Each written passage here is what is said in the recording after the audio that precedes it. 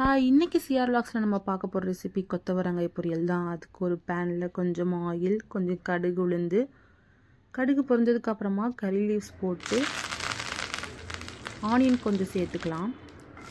இப்போ ஆனியன் வதங்குறதுக்கு கொஞ்சமாக உப்பு சேர்த்துக்கிறேன்.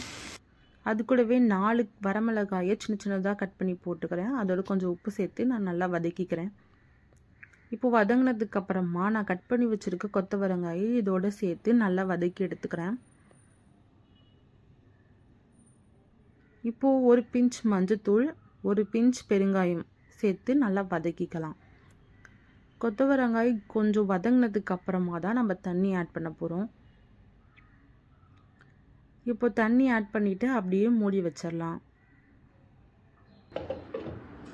கொஞ்ச நேரம் கழித்து தண்ணி ட்ரை ஆனதுக்கப்புறமா பார்த்திங்கன்னா காய் நமக்கு நல்லா வெந்திருக்கும். இப்போது ஒரு 4 தேங்காய் சில்லை எடுத்து மிக்சியில் போட்டு நான் துருவி வச்சுருக்கேன். ஸோ அதை இது கூட ஆட் பண்ணிக்கலாம். தேங்காய் துருவல் சேர்த்ததுக்கப்புறமா ரொம்ப நேரம் ஹீட்டில் வைக்கணுன்ற அவசியம் இல்லை. ஸோ நீங்கள் தேங்காயும் காயும் நல்லா மிக்ஸ் ஆனதுக்கப்புறம் நீங்கள் அடுப்பு ஆஃப் பண்ணிட்டீங்கனாலே இது காய் நம்மளுக்கு ரெடி ஆயிரும். ஸோ நீங்களும் இதே மாதிரி செஞ்சு பாருங்கள். செஞ்சு பார்த்துட்டு எப்படி இருக்குன்னு சொல்லுங்கள். பாய்.